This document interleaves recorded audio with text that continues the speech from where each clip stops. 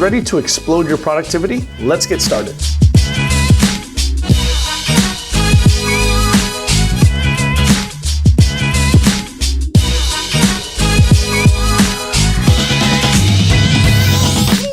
Hey there, Enterprisers, what's good? It's Jason Ligo, and in this video I want to talk to you about some productivity explosion hacks. That's right, we're going to talk about productivity explosion hacks.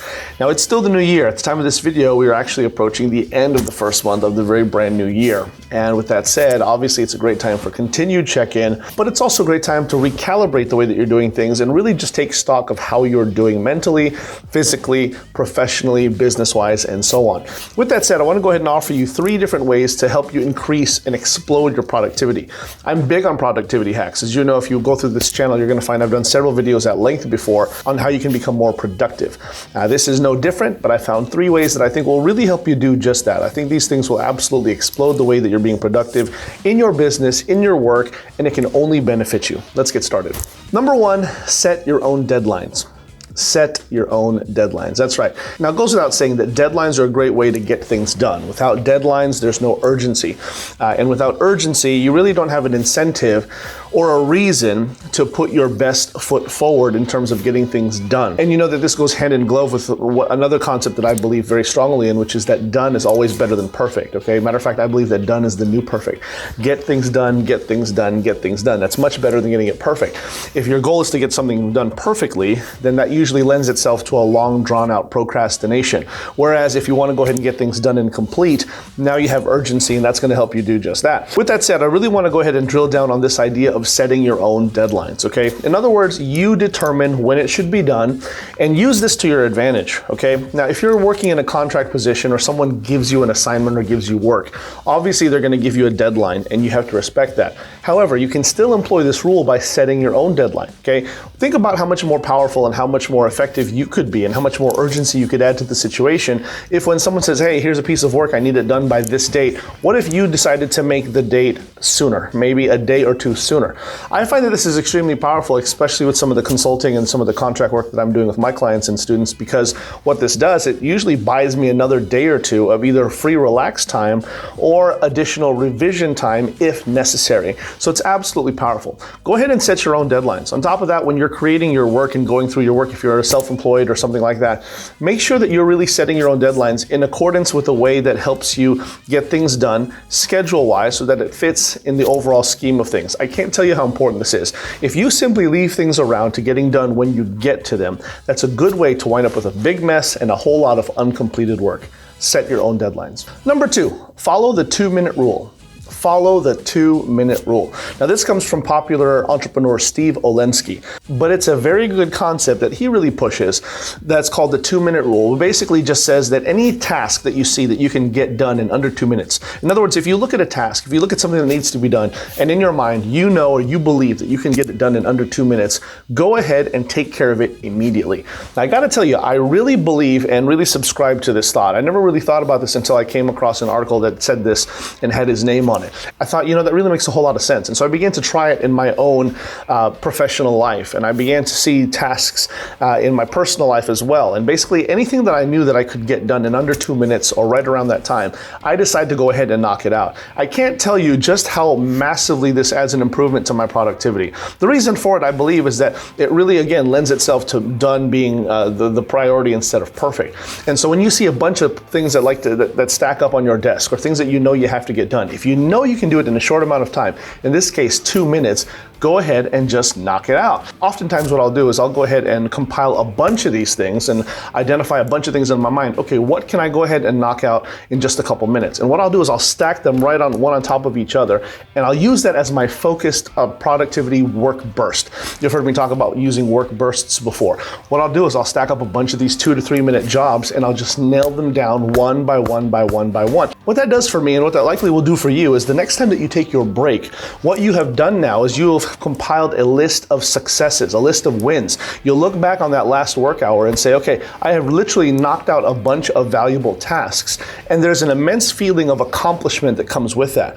And with that also comes further motivation and energy. There's a rejuvenation from knowing that you did a job, you got it done, you got it taken care of, and you feel great about it, okay? That kind of positivity flows into your next work session. It flows into your next mode of productivity, thereby enhancing it and exploding it. I can't tell you how powerful this is. Employ the 2-minute rule. If there's a job, if there's something that you know that you can get done in just a couple minutes, go ahead and knock it out.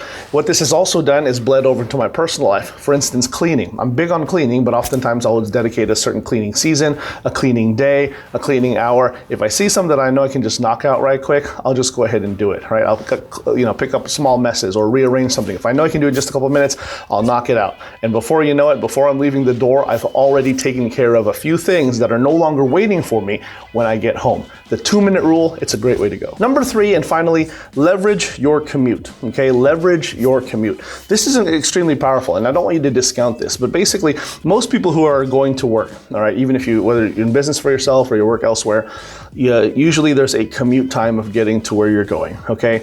Now, even in a case like myself, where a lot of what I do is work from home, I also have an actual office, but there's usually a commute time or a warming up time, right? And the reality is you can use this in any kind of downtime, all right? All I'm asking you to do, I'm not asking you to surrender any personal time or any enjoyment. I'm not saying that you have to be a slave to your work, okay? I firmly believe in taking breaks and things like this as well. All I am saying though is that imagine if you used a little bit of downtime, a little bit of it, and turned it into your advantage as opposed to just leaving it as downtime, okay? Commute seems to be the easiest way to put an analysis on it. But again, imagine if you're just sitting on your phone and you're just fooling around on Candy Crush or playing a game or watching a video. All those things are fine in moderation and little bits to reset your mind. But you know as well as I do that time can turn into just a long season of unproductive, unused time, right? Very much like your commute, okay? If you're on the bus, what are you doing on the bus ride to and from work, okay? Or if you're driving to and from work, aside from driving, can you put your mind to use in good form? What I'm really considering that you do is use that time and leverage it properly, okay? What if you could bang out some emails or follow up on some emails? What if you could use it for something else, for planning maybe, for strategizing, okay, or for outlining something? In my case, I don't take the bus. I drive to my office every single day, okay? There's about a 25-minute ride from my home to my office, dropping off my kids and so on. And there's a few lights, through the course of that drive. What I do is I actually use that time for a lot of brainstorming, okay? A lot of the times I'm thinking out loud, okay? Even though my kids might think I'm crazy, but I'm thinking out loud, I'm discussing a few things in my mind, I'm talking it out to see. I'm doing a lot of content creation planning, or maybe coming up with a new VSL or some new scripting or some new marketing pieces, and I'm testing different things. I'm using that time very actively, even though I, of course, have to be focused and driving on the road. My point is I'm not just using it as wasted time, okay? And more importantly, I'm not just sitting still at every light playing a game on my phone. You understand what I'm saying? I'm using this time wisely and actively, okay? What if you did the same thing? What if you used your commute or any other downtime for that matter to pre-plan, to strategize a little bit? That way when you finally get into work mode behind your computer, at your desk or whatever, you have a clear-cut action plan now on what to do. It's absolutely powerful when you put this thing into motion. And so yeah, for me, I do a lot of that. I'll do a lot of planning, a lot of content creation, a lot of brainstorming. I'll put it together.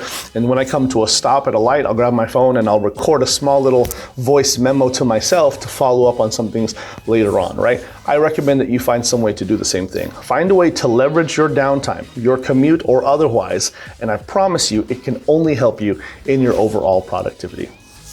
There you have it, my friends. This is Jason Ligo here again with Always Enterprise. I trust this is helpful to you. I trust that this is one of those things that really could open your eyes in terms of helping you become more productive in your work and in your business. So please give me a like, a comment. Let me know down below which one actually made the most sense to you.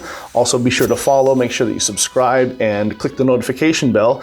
That way you won't miss out on any more hot new content that I got coming down the pipe just for you. Now, on top of that, if you have not already, make sure that you click the link below in the description and download a free copy of my Digital Freedom Shortcut. It's my ebook, my free gift to you. Shows you exactly what I did to leave the corporate grind, to living the ultimate laptop lifestyle, and I couldn't be happier. And it's something I want to show you how to do as well. That's it. I'm out of here, my friends. Take care, and I'll see you next time.